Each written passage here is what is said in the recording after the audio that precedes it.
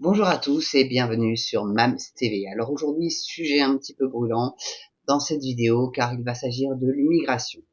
J'ai trouvé un article sur le Figaro International sur le traité européen. Donc on va un petit peu parler de ça parce que comme vous le savez, hein, il y a eu la commission paritaire mixte qui a accouché une loi un petit peu plus stricte, mais que donc ça va partir au Conseil constitutionnel. Et comme la loi n'est pas constitutionnelle, enfin du moins cette loi-là, eh bien Macron aura gagné. Ça va finir par ce qu'il avait dit, voilà, plus d'immigration. Donc bienvenue chez les lingots. Donc l'article s'intitule L'UE parvient à un accord historique sur son pacte migratoire après des années de discussion. Ah oui, j'ai dû l'imprimer parce que l'article sur le net arrêtait pas de sauter. Donc je me suis dit là j'imprime, ça sera mieux. Donc c'est un article qui a été publié il y a 6 heures et remis à jour il y a 47 minutes. Donc autant vous dire qu'il est tout frais, tout frais. Donc un nouveau pacte sur la migration et l'asile prévoit notamment un contrôle renforcé des arrivées de migrants dans l'UE. C'est des centres fermés près des frontières et un mécanisme de solidarité obligatoire entre pays membres au profit des États sous pression. Donc entendez que l'Italie, elle en a marre de se taper tous les migrants et qu'elle voudrait bien que ça soit réparti un peu partout. Moi, c'est ce que j'entends, rien que dans ce petit préambule-là. Après, vous me direz ce que vous en pensez dans les commentaires, et d'ailleurs, ça serait sympa de me donner votre avis. Très honnêtement, ça me ferait hyper plaisir qu'on puisse au moins avoir une communication entre nous, voyez-vous. Non. Donc, après des années de discussions et une nuit entière d'ultimes tractations, les eurodéputés et représentants des États membres sont parvenus ce mercredi matin à un accord, dénoncé par les défenseurs des droits humains sur l'épineuse réforme du système migratoire européen. Un accord politique a été trouvé sur les 5 dossiers du nouveau pacte sur la migration et l'asile, a écrit la présidente espagnole du Conseil de l'UE sur X Twitter. Moi je dis X Twitter ou Twitter X. Comme ça m'évite de dire X Twitter. Ouais. Donc, Twitter X, ma préférence. Donc la commissaire aussi européenne aux affaires intérieures, Eva Johansson, a salué un moment historique. Et celle qui tricote. Pendant que ça parle immigration, bah, pour n'importe quel autre traité européen d'ailleurs, ça tricote quand t'as pas l'autre qui prend sa main comme ça là et puis qui se met son petit rail de coupe. Ça va mieux. Je suis lucide maintenant. Pour prendre des décisions importantes. Je suis sous coke. Il m'étonne qu'ils veulent pas lutter contre le trafic de drogue. Ah, ils s'en fourrent plein les poches. Enfin, bon bref. Petite parenthèse. Il va y en avoir d'autres des parenthèses, rassurez-vous, dans cette vidéo. Donc la présidente de la Commission européenne, Ursula von der Leyen, ou comme j'aime à l'appeler Madame Ursula von der Pute, a également évoqué un accord historique. La présidente du Parlement européen, la Maltaise Roberta Metsola, s'est dite très fière, estimant qu'il s'agissait probablement de l'accord législatif le plus important de ce mandat. Donc là encore une petite parenthèse, je connais quelqu'un que j'aime beaucoup qui vit à Malte, qui m'avait dit pourtant une fois que à Malte, l'immigration no passaran, que le gouvernement faisait ce qu'il fallait. Bah là apparemment une eurodéputée qui en a décidé autrement. Donc mon cher François-Xavier, tu me rediras si jamais tu vois des migrants débouler et si t'as pas peur pour tes enfants du coup qu'ils se fassent attaquer, agresser ou violer pour tes filles, voilà. Que de la joie et que du bonheur, j'ai envie de te dire. Mais j'espère que Malte va pas succomber à la tentation. On verra. Enfin, donc, c'est quand même un petit peu dingo, dingo, dingo. Donc, hasard du calendrier, cette percée est intervenue peu après l'adoption en France d'une loi controversée sur l'immigration qui a provoqué une crise dans le camp du président Emmanuel Macron en raison du soutien de l'extrême droite. Ah bah ouais, les souverainistes et les populistes, parce que c'est pas des gros mots ces mots-là, c'est juste des gens qui veulent garder leur terroir, leur culture, leur religion aussi, par la même occasion, qui n'ont pas envie d'être envahis par des musulmans. Même si Nostradamus a dit que le monde serait un jour musulman, et pas l'Europe, le monde, bah c'est pas pour ça qu'il va falloir la rendre ok et cette prédiction-là, on va dire. On aimerait bien que Nostradamus se soit planté, mais vu la conjoncture actuelle, je vous cache pas que je suis un peu inquiète quand même parce que c'est en train de se produire absolument partout. au nom de l'humanité, de l'humanisme, on se laisse envahir. Voilà. Et ils comptent là-dessus. Voilà. Ils sont malins. Ils sont loin d'être cons. Ils vivent à l'âge de pierre, mais bon, ils sont pas cons. Enfin, bref. Donc, le pacte asile et migration présenté par la Commission européenne en septembre 2020 est une nouvelle tentative de refonte des règles européennes après l'échec d'une précédente proposition en 2016 dans la foulée de la crise des réfugiés. Et Macron était pas encore là, dis donc. Ben là, ça s'accélère avec Macron. Ils ont trouvé le candidat idéal.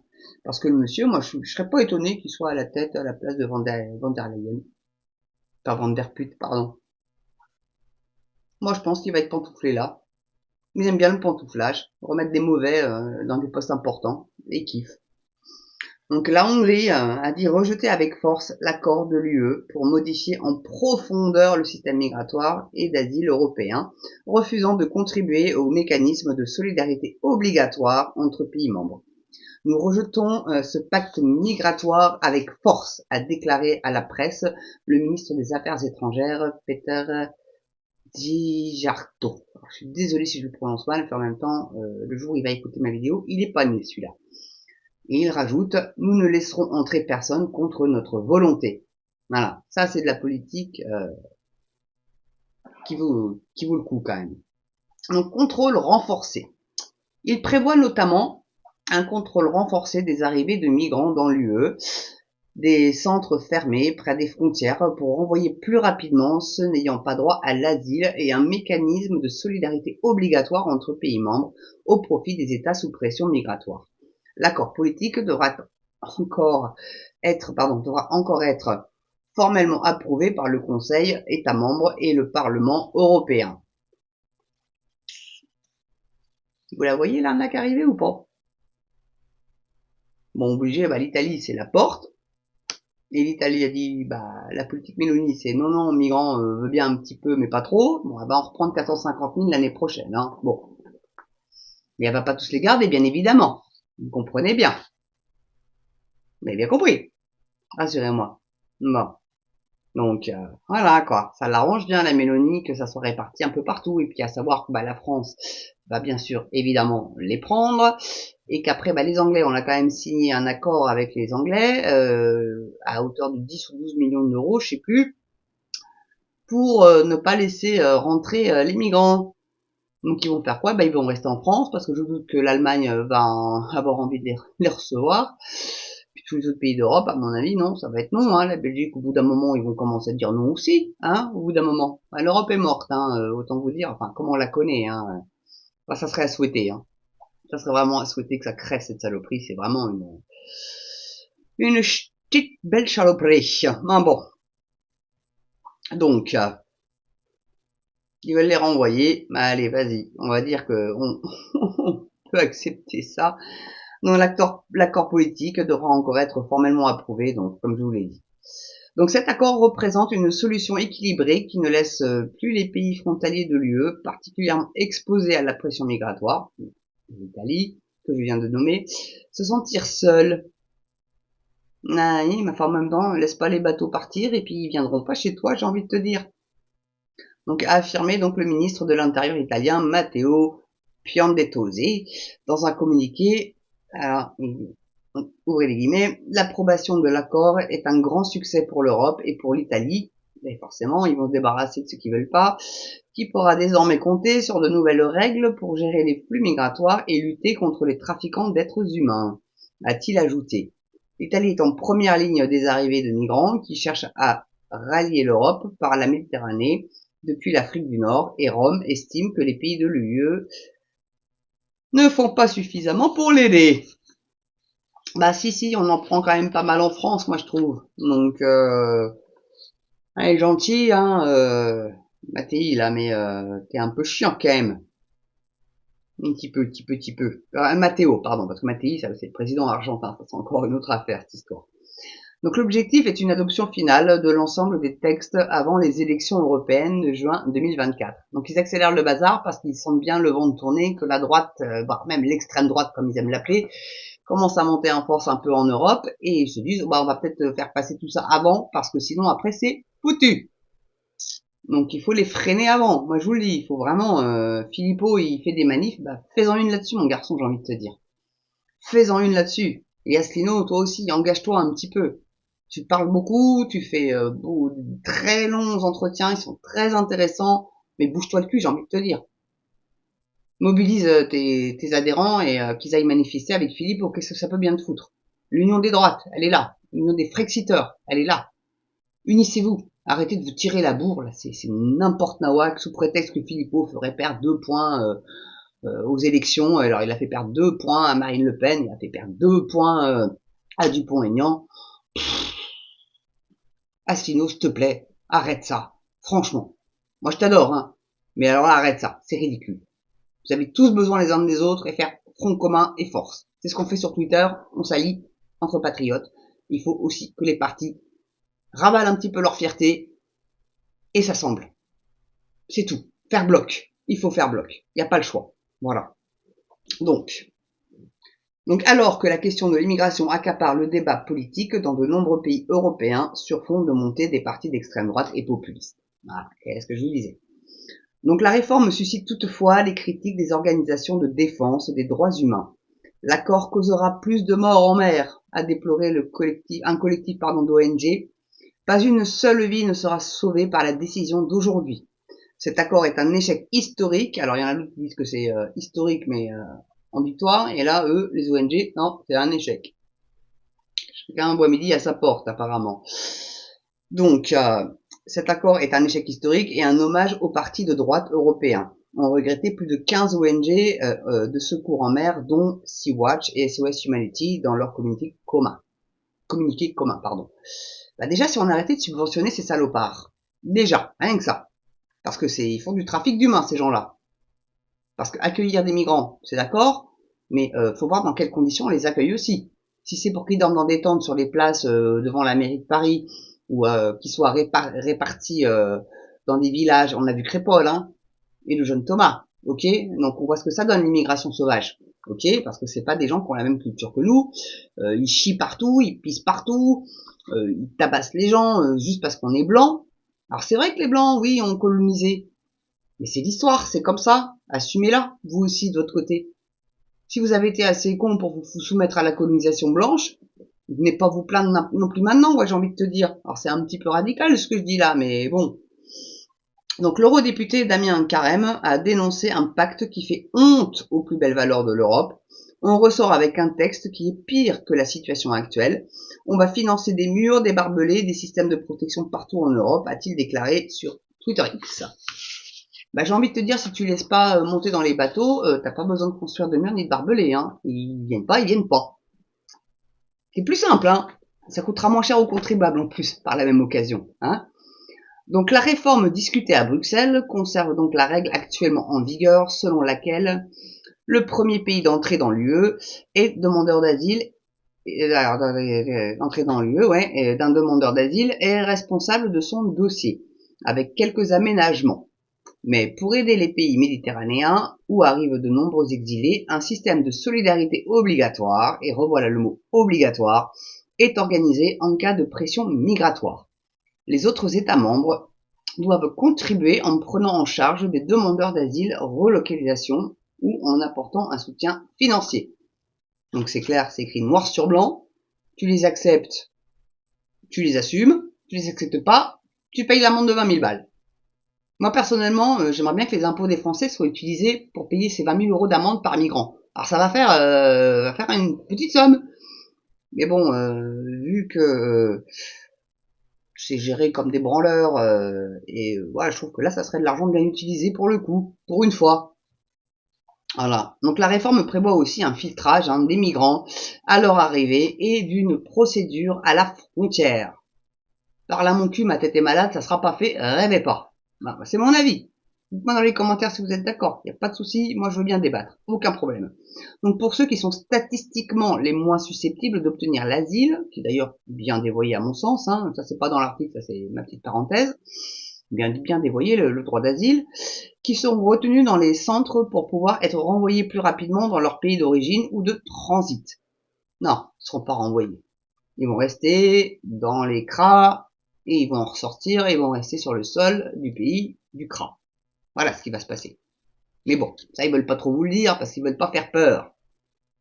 Par contre, ils font peur avec la Covid et tout le bordel, hein, mais ça non. Surtout pas les affoler. Non, non, non, non, ne vous inquiétez pas, c'est des gentils migrants qu'on fait rentrer. Oui, ils tuent, ils égorgent, ils tabassent, mais c'est des gentils. C'est des gentils. On est bien d'accord. Donc cette procédure s'appliquera aux ressortissants de pays pour lesquels le taux de reconnaissance du statut de réfugié en moyenne dans l'EU est inférieur à 20%. Bah, je pense qu'en France, on est peut-être supérieur à 20%, non? Bah, je sais pas. Donc hausse des arrivées irrégulières.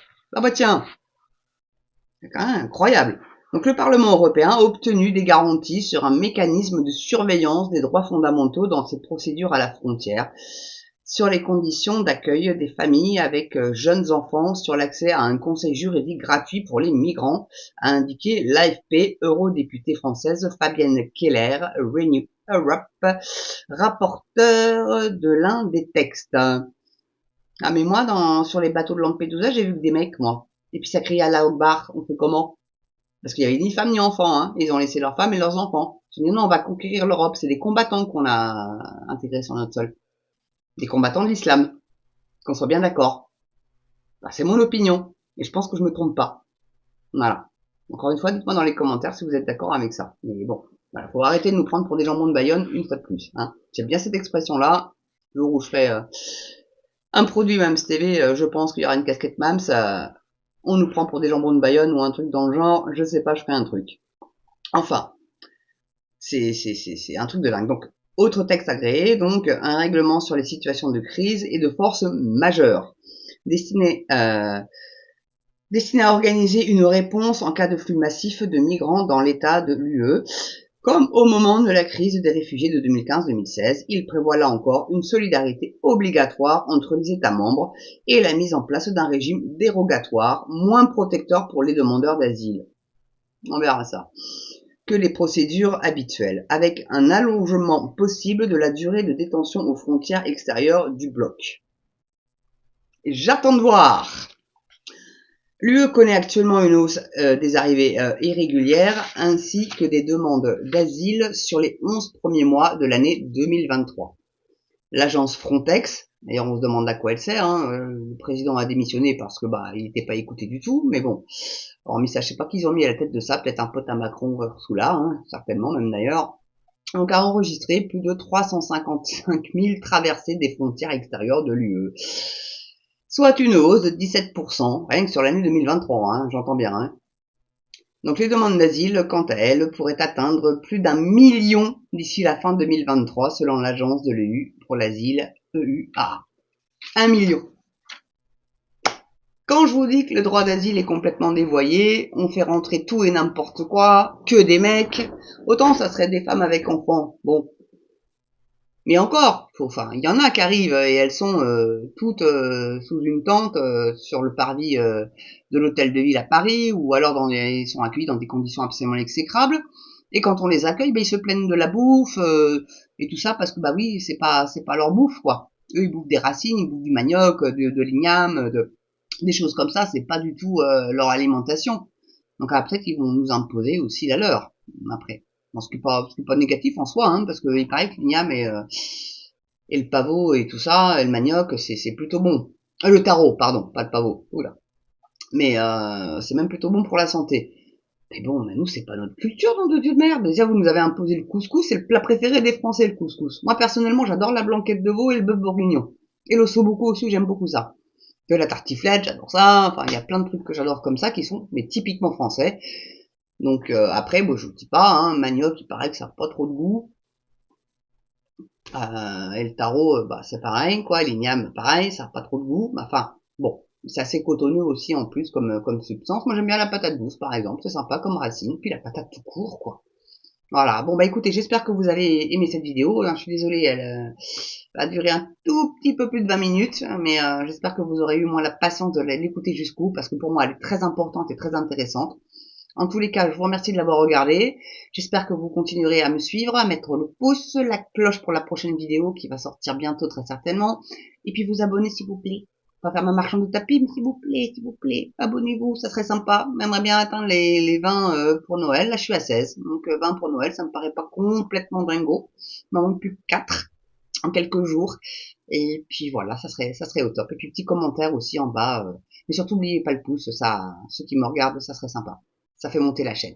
Voilà, bah écoutez, je vous embrasse, je vous souhaite une bonne journée ou une belle soirée, tout dépend à l'heure à laquelle vous regardez cette vidéo. Et moi, je vous dis à très bientôt sur Mams TV. À ciao!